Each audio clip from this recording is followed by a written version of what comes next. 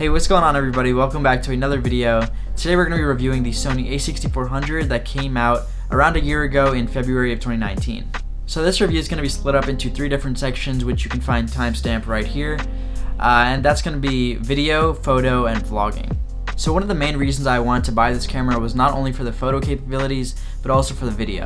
The camera can produce up to an amazing 4K 24 frames per second video, which is actually downscaled from a 6K image. So what you're seeing right now is the 4K 24 frames per second image, and I think it looks really amazing. The details in Sony cameras, especially at 4K, looks like it would actually cost a lot more than what it is. So one of the main uses I wanted this camera for was for YouTube videos, and with that, it has no record limit, which is really great since a lot of cameras before this camera came out did have a recording limit. So whenever somebody was recording like a long vlog or a sit-down video with somebody else or something like an interview, you would have a record limit that would stop at around 30 minutes, I think. And I know this caused a lot of questions for people thinking that this camera would have overheating issues like the a6500, I think, or the a6300, but this camera doesn't really have any overheating issues, even when you record for a pretty long time. But one thing you have to look out for at that point is the battery life. Just because you have no recording limit, your batteries are still very small and they don't record too much 4K content. But what I would recommend is to get a battery grip for your a6400. You could attach it right under the camera and it'll give you the capacity of putting 2 batteries in instead of just having 1. Another incredible thing about this camera is the autofocus, especially for vloggers or for video in general. The camera has an incredible 425 point phase detection system, or it's like a new hybrid system that they introduced with this camera.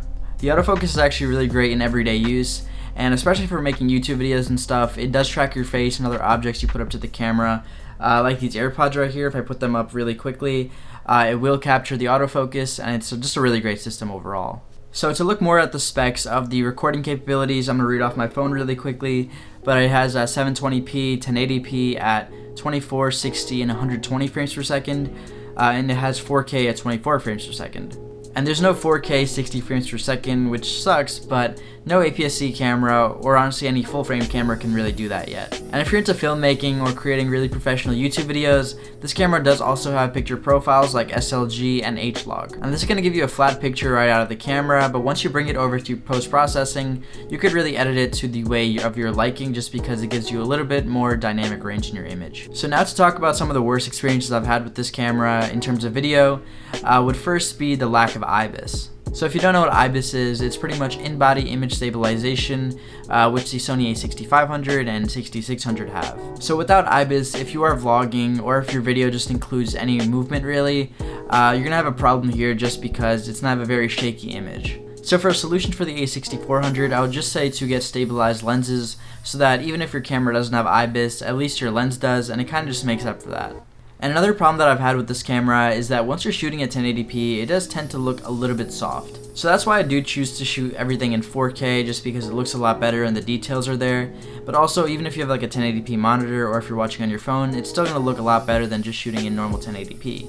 And lastly, another bad experience I've had with this camera is the rolling shutter. And what rolling shutter is, it's pretty much when you move your camera around and there's a lot of movement going on, your camera just seems to kind of slowly lag around. I can't really explain it in words, but I will put up an example here on the screen now. And overall, that's pretty much it for the video section of this review, but overall I think that this camera has an amazing 4K image that I think looks so much better than other cameras in the same price range. So moving on to the photo section of this review, I want to start off by saying how the camera has a really great color science. The colors on the a6000 and the a6500 have a kind of a green tint to it, while this camera kind of improves on that and makes it a little bit more warm. This camera actually has a very similar color science to the a7 III, which is an excellent camera that everybody recommends. So with the images coming straight out of this camera without any editing and shooting in RAW, the images do look amazing, and with the A9 processor that's kind of built into this camera, the images are very sharp and detailed. And of course that does depend on the lenses themselves. If you go for a more expensive Sony lens like this 10-18 that I'm recording on right now, it's definitely kind of expensive, but it does produce a really nice photo quality. And if you go for some cheaper lenses, you're obviously not going to get the same sharpness or detail that's coming out of the image, but it's still going to be a really nice image with the whole color science and the processing going on in the background. So to talk about some of the bad experiences I've had with this camera in the photography section, I'd say that any of the images I've taken above 1600 ISO have been pretty much kind of unusable or just something that I wouldn't want to send to anybody. The images seem to get really grainy after 1600 or 3200, and anything below 1600 is pretty much usable. But since it is a crop sensor or an APS-C camera, of course it doesn't have that full frame sensor which can shoot images at like 16, 3200 without a problem. But since this is a crop sensor camera, it does have some trouble with noise after 1600 ISO.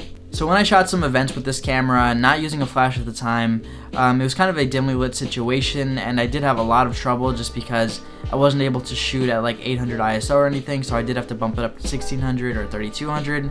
And then once I went home after the shoot to go edit these pictures, in post-processing I saw that the images weren't looking that good at 1600 or 1300 ISO, so then I had to watch a bunch of YouTube tutorials on how to make them more detailed and how to make them not as grainy as they were, just so that the client wouldn't think that these were some really bad quality images.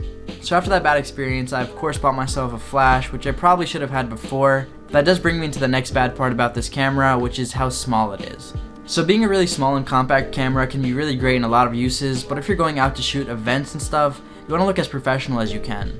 And with something like this, you're not going to look as professional as somebody with like a Canon 5D Mark IV or something like that, just because those cameras are a lot more bulkier and they look a lot more professional. But what I would recommend here is something I've actually talked about in a previous video of mine, is to just get yourself a battery grip. These battery grips are going to add a lot of bulk to your camera just so that you can look a lot more professional. And it also does have a functional use too, which is just to have 2 batteries instead of 1. And since this camera does have pretty bad battery life with just 1 battery, doubling that battery life is actually very functional.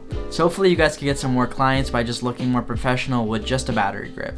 So for the final section of this review, we're going to be talking about how this camera performs for vlogging. So the first thing that I have to say is that the Sony a6400 has been a huge vlogging camera just because of the flip-up screen. And I have to say, even if I'm not vlogging, like I'm doing these sit-down videos, it's still super helpful just because it's kind of like an inbuilt monitor and I can always just see if I'm in frame or not. And if you're a vlogger, this camera is honestly perfect for you just because it has the flip-up screen, the size of the camera is really small and compact, and the autofocus is incredible. And when this camera was announced a little bit before a year ago, a lot of people were saying how it wasn't going to be a good vlogging camera just because where the microphone is supposed to go, if you did put your microphone there and then flipped up the screen, you wouldn't really be able to see yourself because the microphone was blocking your view. And in a previous video of mine, I've talked about this cold shoe relocator plate, which allows you to put the microphone on the left side of your camera.